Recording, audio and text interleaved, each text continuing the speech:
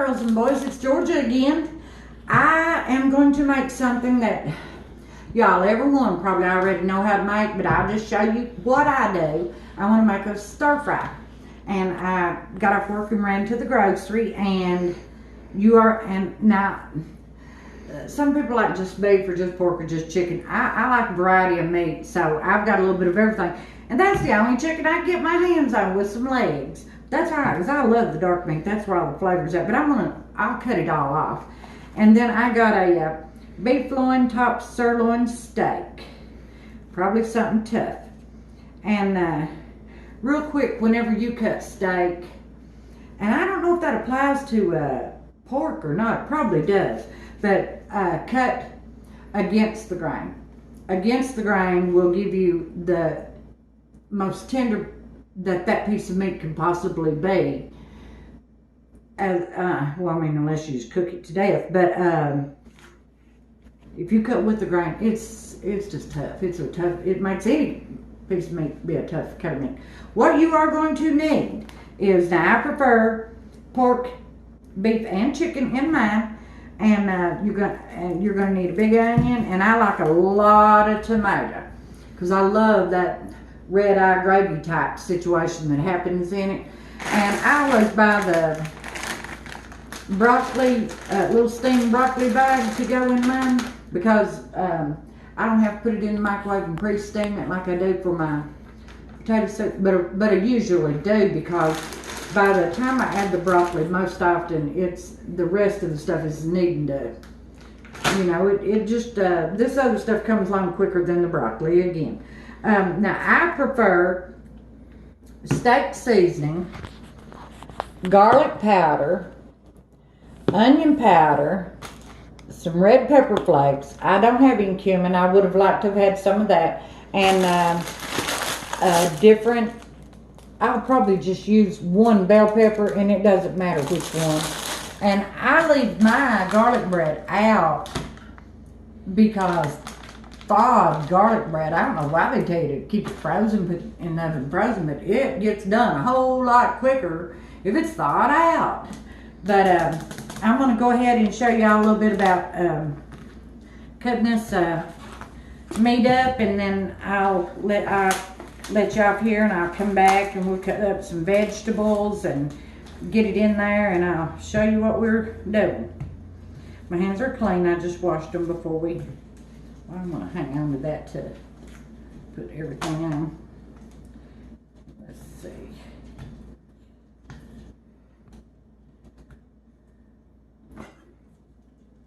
And I like it thin. I don't like nothing. I don't like no meat thick. Never did. And I leave the fat that's on it because when I get done cutting it up, you see how small it is, and it'll render and allow it's good. And I like my meat to be at least semi-frozen because it's so much easier to work with. But when you have to run to the grocery store right now, like I did, you get what you get. And it's thawed. So you just have to work with it a little bit.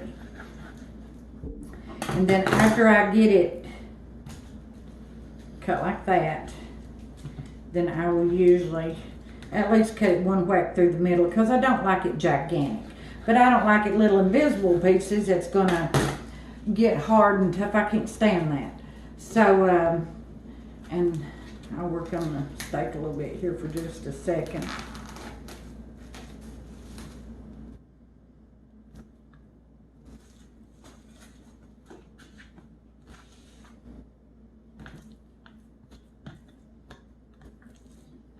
And our grain is running, I can't hardly see it, but it's running this way, so I'm going to cut it this way. And the same thing, I don't want it, and I can tell it's tender just from cutting it. And I just continue to cut it on up through there, and if something gets too long, then like I said, I'll have it, because that's a little bit short for what I want, but you're always going to have a piece like that when you buy a piece of meat like this, because it slims down on one side for some reason.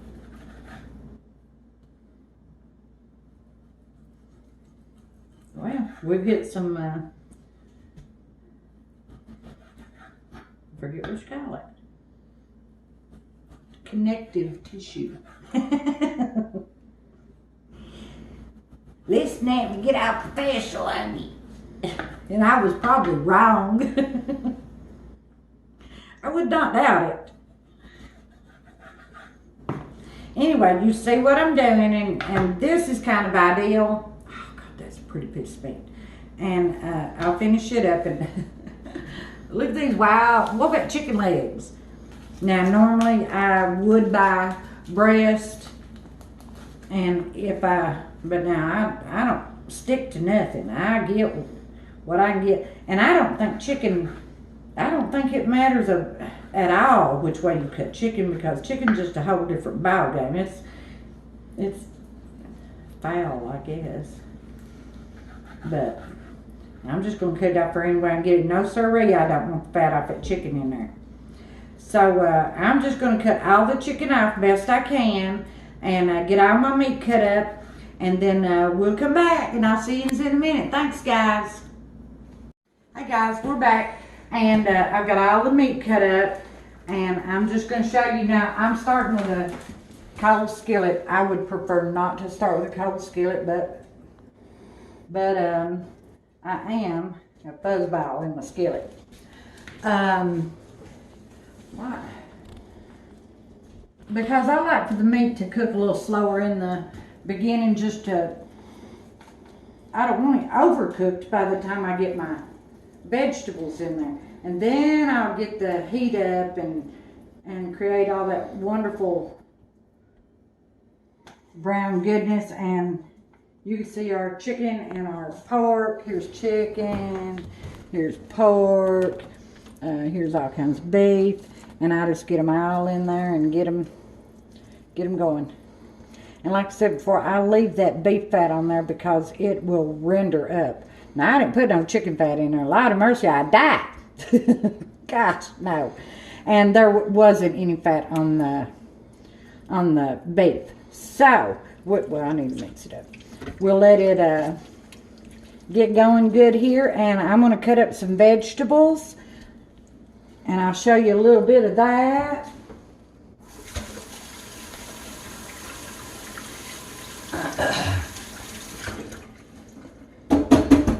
So, let's cut up a few veggies. I scrubbed my board with my knife and all that in between. And there's about my tomato. That's it. And the way I cut mine is really, I don't have any particular fashion that I follow. I just want to get them in there. Most of the tomato I want in there to create that wonderful juice.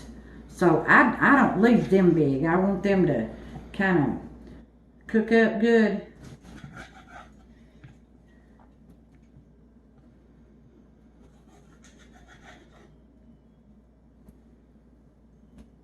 Well,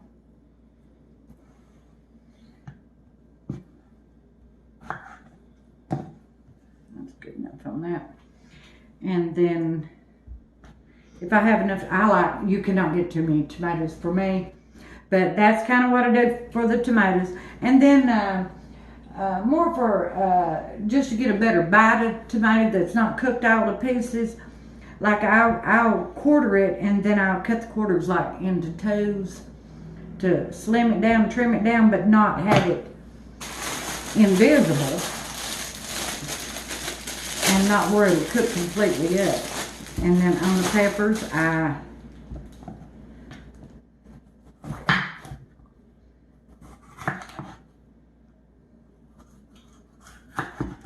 do that right there.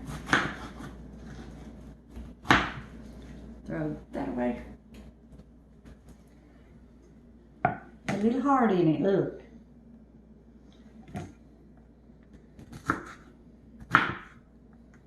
And I kind of like these to be in strips just because it's pretty and just like everybody else likes their food to be prettiful.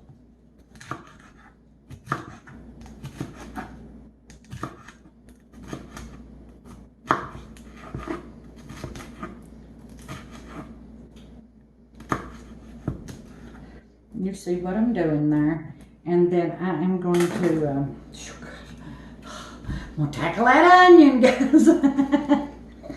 That onion, though, whooped me. It whooped me good. My eyes burned, it set me on fire. So let's see what this one's. Oh, God, it smells so good. If I wouldn't stick them in my face, it might not get me as bad. But I'd stick it in my face without trying, because I think they smell so good I can't help myself. I don't want to help myself. Oh, Sonny smells so good. I just hope it don't blind me. And I had so many good tips on what to do with the onion. But I come in here on 2 wheels sideways with a sack full of groceries. And I really don't ever know. I mean, I should be a better person, but I'm not. I don't ever really know what I'm cooking ahead of time in advance. I just go, hey, this sounds real good today. I'm not ready. But I do it anyway. And these I kind of do prefer in rings. But again, it's going in stir fry. It don't amount to a hill of beans what you do. But I don't want little invisible pieces now, no kidding. But this is a good sweet onion. It's not burning me alive. I mean, don't get me wrong, it's got some burn in it, because it's, you can tell it, but it smells better than it's burning. Ain't it beautiful? Look at that big pretty outfit. Ain't all these vegetables gorgeous? Look at that. And then we've got, like I said, we've got the broccoli. And I'm going to finish cutting everything up, and I'm going to turn my meat up just a dab, and I'll put these on after that. No, I'm going to put it on right now, so I'll show you what I do. I'm not going to put them pepper flakes on yet, because they burn my nose and everything when they're doing their thing. I'll turn it up just a little bit, because I don't like much having them vegetables cut up. And this is it's just a Markham steak seasoning. I just like the taste of it. It's got a little bit of I think paprika and sea salt and probably cumin and let's see what it says. Salt, spices, garlic, canola oil, extracts of paprika. Well, I got one thing right. But I'm going to add some onion powder and garlic anyway.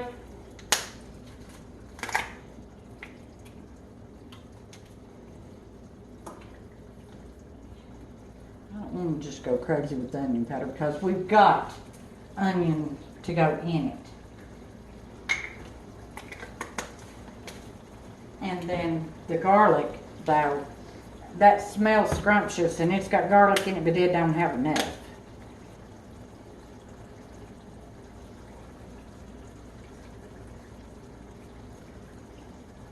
And I'm not going crazy with the garlic because it seems to me like garlic powder wants to burn, and I sure don't want nothing burnt. I'm hungry. I'm ready to eat. So we'll be back in a few minutes and I'll show you a little bit more about it. And I hope that this helps somebody. I bet every one of you already know how to make one, but it's what I was having for supper, and I thought, well, let's get a camera on it. Thanks, guys. Hi guys, I'm getting ready to add the tomato and the peppers and the onions. And I want you to look what I done. I about got her too much.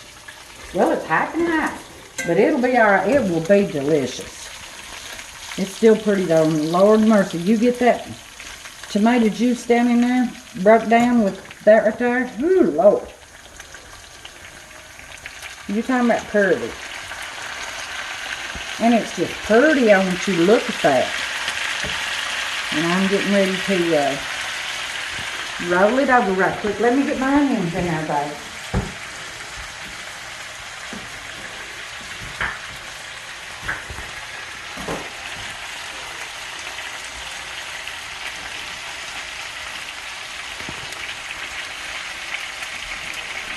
Isn't that beautiful?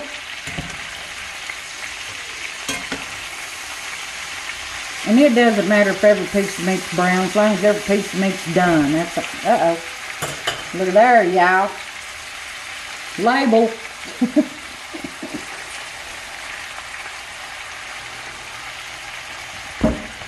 Let me pluck this label off that pepper.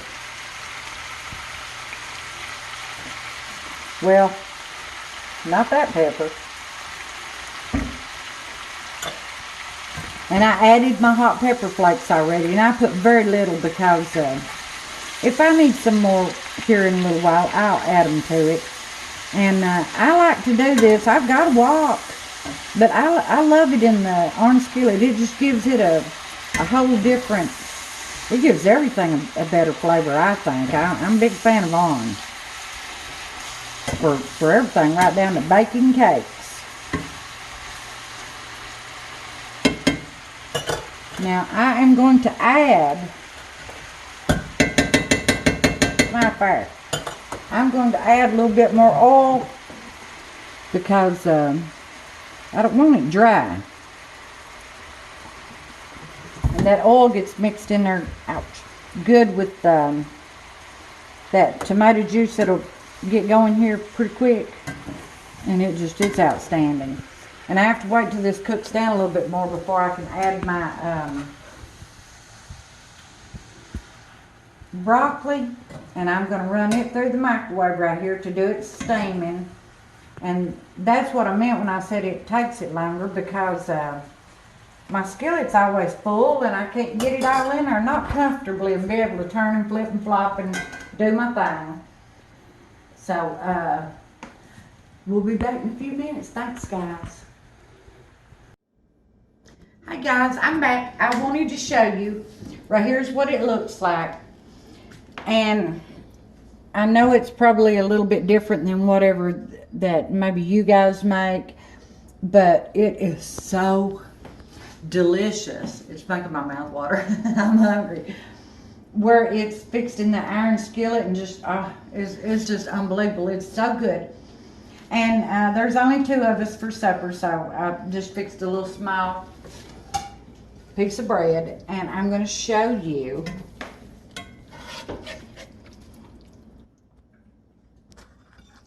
what I was talking about here. And oh, it's just so good. And it looks like I'm pigging out, and you know what? I am. So let me cut my bread here.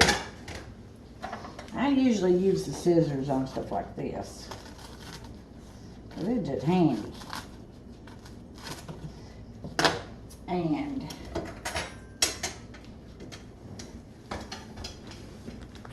isn't that pretty, guys? Look at that. And it's delicious, I'm telling you right now. It's so good. And thank you all for your patience and your likes and shares and comments. You guys are outstanding. Y'all make my head all puffs up one day, and next day I'm like, oh my God. And I'm proud either way, you know, that somebody thinks that something that I do is important. I just love you guys so much.